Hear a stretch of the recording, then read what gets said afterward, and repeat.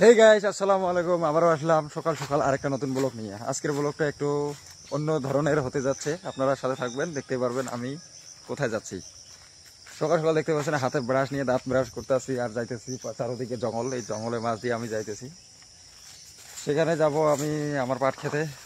সেখানে একটু কাজ আছে, সেই জন্য আমি সকাল সকাল রওনা দিছি। দেখতে পাচ্ছেন আমার চারোদিকে জঙ্গল আর জঙ্গল। তো ফাইনালি বন্ধুরা দেখতে পাচ্ছেন আমার পাট ক্ষেত। সেই পাট খেতে এসে গেছি। দেখতেই পাচ্ছ চারোদিকে পাট ক্ষেত, এটাই আমার পাট ক্ষেত। আমাদের তো পাট ক্ষেত ধান ক্ষেত এগুলি করতেই হয়, না করলে তো হবেই না। সকাল সকাল এসেছি, এইদিকে গরু ছাগল সব অত্যাচার করে, সেই জন্য আমি এসেছি একটু দেখতে। হাতে ব্রাশ নিয়ে দেখতেই পাচ্ছেন ব্রাশ করতেছি। তো কি আর বলবো তোমাদেরকে, আমার কৃষক মানুষের এটাই জীবন। তো বন্ধুরা, পাট খেতে আইতে আইতে দেখতে পাচ্ছ সামনে গাছের নিচে আসলাম, কাঁঠালের গাছের নিচে। দেখি কাঁঠাল পাকছে কি পাকছে না। দেখতে পাচ্ছেন এই যে কাঁঠাল এখনো পাকছে না, কাঁচা।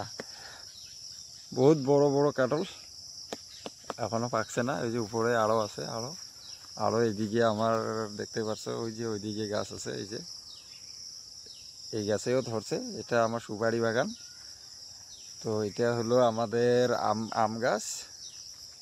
আর এখন হয়ে গেছে এখানে ছাগল গরুর অত্যাচার। আজকে এখনো সকাল 8টার দিকে এসেছি আমি পাট খেতে। এখানে এই ধরনের কোনো ছাগল গরুর অত্যাচার এখনো হয় নাই। আমি এখন চলে যাব ঘরে। দেখতে পাচ্ছেন নেটের বেড়া, এই বেড়া দিয়ে আমি এইদিকে সুপারি বাগান লাগাইছি। এই যে এখনো গাছ ছোট ছোট সুপারি আসে নাই। তো বন্ধুরা, আজকের ভিডিওটা এতটুকুই। ভিডিওটা যদি ভালো লাগে থাকে অবশ্যই লাইক করবেন, আর আমার চ্যানেলে যদি নতুন হয়ে থাকেন অবশ্যই চ্যানেলটিকে সাবস্ক্রাইব করতে ভুলবেন না। তো দেখতে পাচ্ছেন আমি যাইতেছি ঘরে। তো সামনে একটা ছোট্ট নদী আছে, সেখানে আমি একটু মুখটা ফ্রেশ হয়ে চলে যাব ঘরে। তো দেখতেই পাচ্ছেন